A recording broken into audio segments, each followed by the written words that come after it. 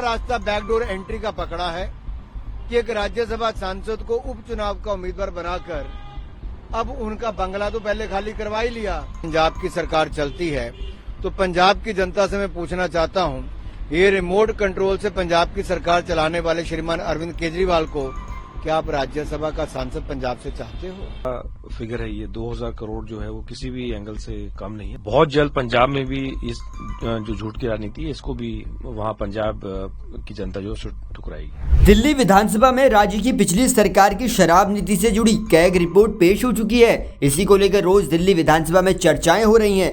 दिल्ली चुनाव के नतीजों के तुरंत बाद पीएम मोदी ने कहा था कि वो दिल्ली की पुरानी सरकारों के द्वारा किए सारे काले चिट्टे कैग रिपोर्ट पेश करने के साथ खोलेंगे और दिल्ली में सदन की कार्रवाई शुरू होते ही बीजेपी ने आम आदमी पार्टी को घेरना शुरू कर दिया है। बीजेपी सांसद अनुराग ठाकुर ने तो जमकर अरविंद केजरीवाल पर हमला कर दिया। पहले आम आदमी पार्टी ने अपने राज्यसभा के सांसदों के बंगले खाली करवाए, अरविंद केजरीवाल जी, मनीष सिसोदिया जी और बाकी लोगों ने उस पर कब्जे जमाए।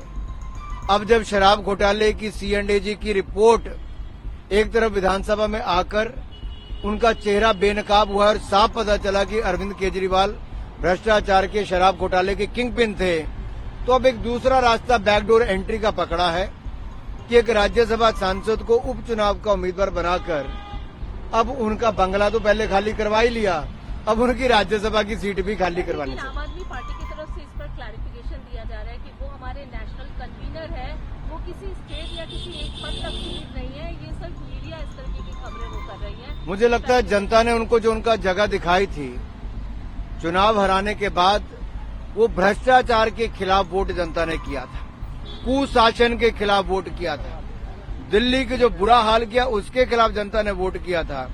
अगर उसके बाद भी इतनी बेशर्मी के साथ अपने राज्यसभा सांसद का घर खाली करवाना, फिर उसका पद खाली करवाना, फिर अपनी बैकडोर एंट्री राज्यसभा में कराना, ये साफ दिखाता है कि अब बैकडोर एंट्री के नेता बनकर रह गए। 14 C&AG की रिपोर्ट से उसको किसी को 1.5 साल, किसी को 5 साल, ऐसे लंबे समय तक विधानसभा में पेश करने से रोका गया।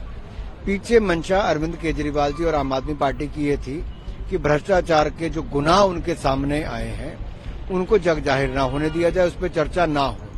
अब वो जनता के सामने आ गई, दिल्ली विधानसभा का एक हिस्सा बनी। जो मोदी जी ने कहा था कि हम सत्ता में आते ही उन रिपोर्ट्स को जग जाहिर करेंगे, विधानसभा में लाएंगे, वो दिल्ली की लोकप्रिय मुख्यमंत्री रेखा गुप्ता जी ने करके दिखाया है। अब साफ समझ आता है कि किंग पिन शराब घोटाले के अरविंद केजरीवाल जी चेहरा बचाने के लिए अब अपने राज्यसभा के सांसदों के घर खाली करवा रहे हैं, उस पर कब्जा कर रहे हैं और बैकडोर से राज्यसभा में एंट्री लेने का प्रयास कर रहे हैं। आपको लग रहा है सर कि दिल्ली में हार के बाद वो पंजाब की ओर रास्ता तलाश रहे, हालांकि उनके लीडर्स तो क्लैरिफाई कर रहे हैं कि पंजाब वाले पहले ही दुखी हैं कि पंजाब के जो हिस्सेदारी उस पर हक मारने का काम अरविंद केजरीवाल जी ने किया है। रिमोट कंट्रोल से पंजाब की सरकार चलती है तो पंजाब की जनता से मैं पूछना चाहता हूं, ये रिमोट कंट्रोल से पंजाब की सरकार चलाने वाले श्रीमान अरविंद केजरीवाल को क्या आप राज्यसभा का सांसद पंजाब से चाहते हो? देखिए, वाकई में दुर्भाग्यपूर्ण है और मैंने चुनाव प्रचार के टाइम भी ये चीज कहा कि पहली बार पूरे देश के इतिहास में ये पहला इंसिडेंट है जहां CAG ने लॉस को क्वांटिफाई किया है और बहुत बड़ा फिगर है ये 2000 करोड़ जो है वो किसी भी एंगल से कम नहीं है। तो मेरे ख्याल से आम आदमी पार्टी को स्पष्ट करना चाहिए कि ऐसे क्या उनकी मजबूरियां थी कि इस प्रकार की नीति वो लेके आए, जिससे बहुत गलत मैसेज गया और सरकार को, क्योंकि सरकार का पैसा जो है वो जनता का ही पैसा है, तो जनता का पैसा जो है इस प्रकार से क्यों इसका दुरुपयोग क्यों किया गया। रही हैं जिसमें ये कहा जा रहा है कि अरविंद केजरीवाल पंजाब से राज्यसभा जा सकते हैं, क्योंकि वहां के एक राज्यसभा सांसद को बाई इलेक्शन में उतारने की तैयारी आम आदमी पार्टी ने कर ली है, तो ऐसे में वो सीट वैकेंट हो जाएगी। अब ये अटकलें हैं और भाजपा की तरफ से भी ये बात कही जा रही है कि अरविंद केजरीवाल राज्यसभा चले जाएंगे। देखिए, वो जाने को तो कहीं भी जा सकते हैं, लेकिन बड़ा सवाल ये है कि जब दिल्ली की जनता ने झूठ की राजनीति को ठुकरा दिया है, अपना चुनाव वो खुद हार चुके हैं, तो क्या ऐसी कौन सी उनकी मजबूरी है कि वो फिर दोबारा राज्यसभा तो इनडायरेक्ट इलेक्शन है, कोई डायरेक्ट इलेक्शन तो है नहीं इलेक्टोरेट का। जनता जो है इनडायरेक्टली चुनती है।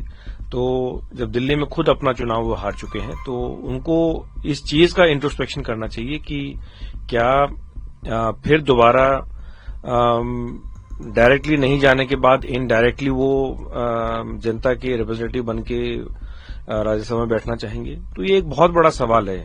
मेरे ख्याल से आम आदमी पार्टी जिस प्रकार की राजनीति करना चाह रही थी, जो झूठ की राजनीति करना चाह रही थी, जिस प्रकार से आम आदमी पार्टी का जन्म हुआ कुछ बहुत ही बेसिक चीजों को लेके कि ईमानदारी की राजनीति करेंगे, लोगों के बीच रह के राजनीति करेंगे, लोगों के काम की राजनीति करेंगे। तो ये इन सभी, मैंने तो बार बार ये कहा है कि इन सब चीजों से आम आदमी पार्टी कहीं न कहीं भटक चुकी है। तो ये समय है आम आदमी पार्टी को मंथन करना चाहिए और समझना चाहिए कि झूठ की राजनीति बहुत दिन नहीं चलेगी। और मुझे कहीं न कहीं ऐसा आभास हो रहा है कि दिल्ली में जनता ने झूठ की राजनीति को ठुकरा दिया है। बहुत जल्द पंजाब में भी इस जो झूठ की राजनीति है इसको भी वहां पंजाब की जनता जो है ठुकराएगी। Thank you.